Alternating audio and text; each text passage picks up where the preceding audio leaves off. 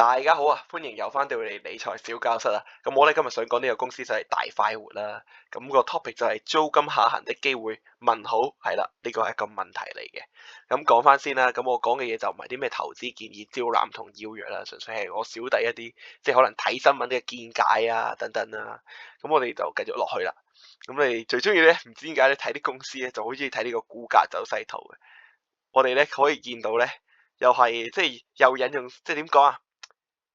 唔睇就由自可，一睇就把鬼火。嗰個咧股價表現咧，好似我哋2年前都有講過呢間公司嘅，我發現係啦。咁就由7月咧，你大概呢個價位啦，十幾蚊咧，再腰斬多一半，由高位嘅差不多40蚊咧，腰斬90%，跌到得翻5蚊啊！咁其實有好多原因嘅，你啲股價下跌就通常有啲原因彈出嚟㗎啦。咁就由邊喎？之前睇到個新聞喎，佢就話：大快活做50蚊生意先賺到7毫子，賺錢唔容易啊！有兩餸飯啊、內地新餐飲啊等等嘅競爭加入啦，咁就導致呢啲傳統嘅快餐店業務更加難做啦。咁呢個係咪真嘅呢？咁我哋繼續睇新聞啦。咁咧，阿 CEO 就話喎，咁價錢咧就相當敏感啦，仲有呢個可能北上消費啊，咁啲人就唔留喺香港食嘢啊。咁咧往年咧價格多數上漲1到2%咧，但係今年已經冇加價啦。咁我哋可唔可以咁樣理解啦？咁如果食材成本、人力成本繼續上升，咁佢哋冇辦法將個價格轉移俾翻消費者啦。所以咧，如果咧我哋而家去啲快餐店見到咧，佢哋冇加價，但係佢哋咧會用更加多嘅食材配搭，即係可能俾你覺得佢平啲啊，多啲選擇。小弟近排咧就去咗呢個即係大快活食早餐啦，都幾次啊！佢有個29蚊嘅早餐嘅喎，有個咩吉列魚柳包，再加凍奶茶，再加一碗火腿通粉。你用佢個 app 點好似仲有9折添嘅喎，好似賣廣告咁添，即係咯，我覺得呢個價錢已經係冇得再平㗎啦。咁但係所以就係佢會俾多啲選擇你，令到消費者感到佔便宜，呢個就係佢哋應對呢一個競爭嘅手法咯。咁而家目測啦，即係可能我見到好似好多老人家啦，大快活長者卡減3蚊，同埋派消費券去刺激佢嗰個啲人去快餐店食嘢嘅意欲啦，等等啦。咁就係咁啦。咁究竟間公司就有冇咁恐怖咧？我自己嘅睇法。咁我哋就最實際嘅方法就打開財報啦。咁我哋就打開佢啦。咁我哋就發現一間公司咧，仲有5.96億 cash 嘅今日嘅市值咧大概係6.7億左右啦，個市值。咁大間公司已經差不多揸住6億 cash 啦。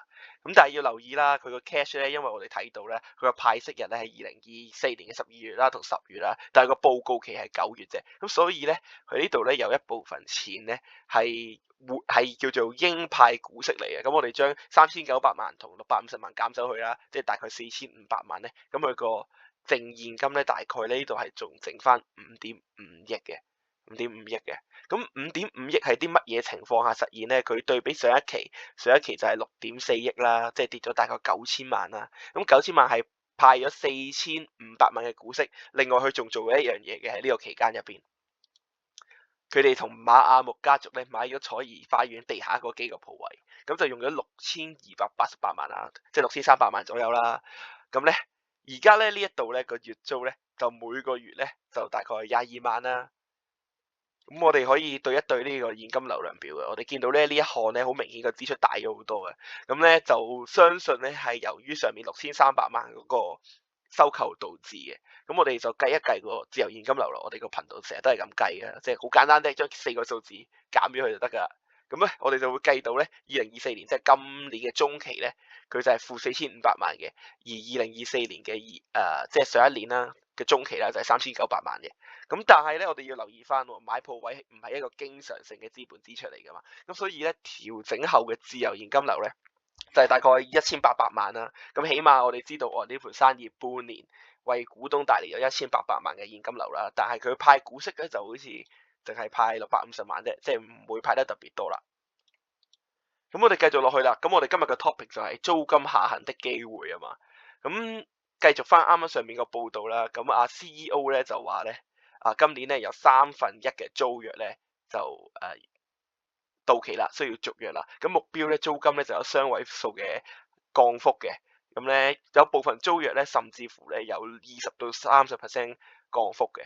咁我哋對翻啦，呢一個係領展嘅9個月營運數據啊。咁領展都話啦，話好難得見到啊，佢個續約租金調整率咧竟然有低單位數跌幅啊！即係領展嘅商場佢哋都要減租啦，更唔好講啲民生區嘅地鋪啦，即係嗰啲大鋪咧，有時候可能有啲區嗰個空置率嘅情況就比較嚴重啦。咁嗰啲地鋪咧，相信咧係真係有可能咧減到20到30% 租嘅。咁租金咧，佢呢一度咧去翻呢度咧就係呢兩樣加埋一齊，約莫就係租金佢俾咗幾多啦？佢俾咗2億幾出啦。咁之後嗱，我哋加翻去買一個鋪位嘛，22萬嘛，咁一年就大概幾多啊？200幾萬啦，慳翻200幾萬租啦。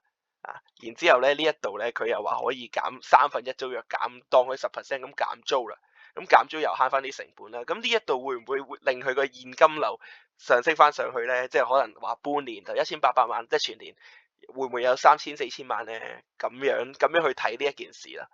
咁我就住呢一個問題咧，我曾經咧 send 個 email 咧，佢俾佢哋。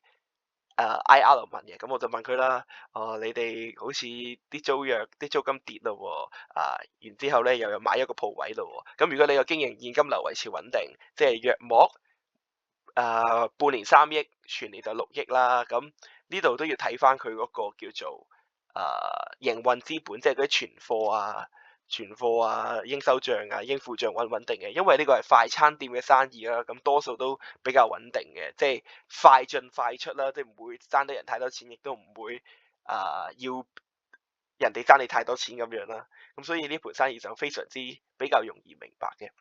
咁我就問咗佢啦，咁佢就答咗我嘅，咁右邊啦，咁佢就話咧，即係其實都係啲比較官方嘅答案嚟嘅，就話係啦，我哋咧而家嗰個環境充滿挑戰啊，咁所以咧就計劃保留更多嘅現金儲備咧，咁維持一個健康嘅資產負債表，咁就巴拉巴拉，然之後就話過去咧就問佢會唔會派特別息啊、股份回購啊，咁就未必會佢哋話會喺合適嘅時機考慮啦，然之後下邊嗰個就係咯。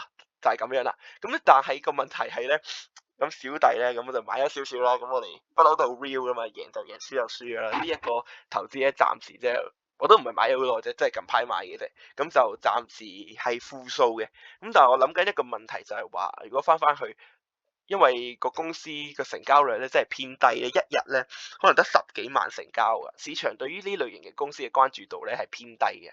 咁如果佢真係進行回購的話，你哋一日得10幾萬成交量，咁個回購嘅意義大唔大咧？反而即係，所以咧，如果個公司真係可能想個股價表現好啲嘅，佢哋要諗下方法引起資本市場對於公司嘅關注先。係啦，股份回購未必係一個最好嘅方法。即係如果得10幾萬成交量一日嘅話，咁 overall 啦，咁我就覺得你話如果間公司得6.7億市值，揸住5.5億 cash。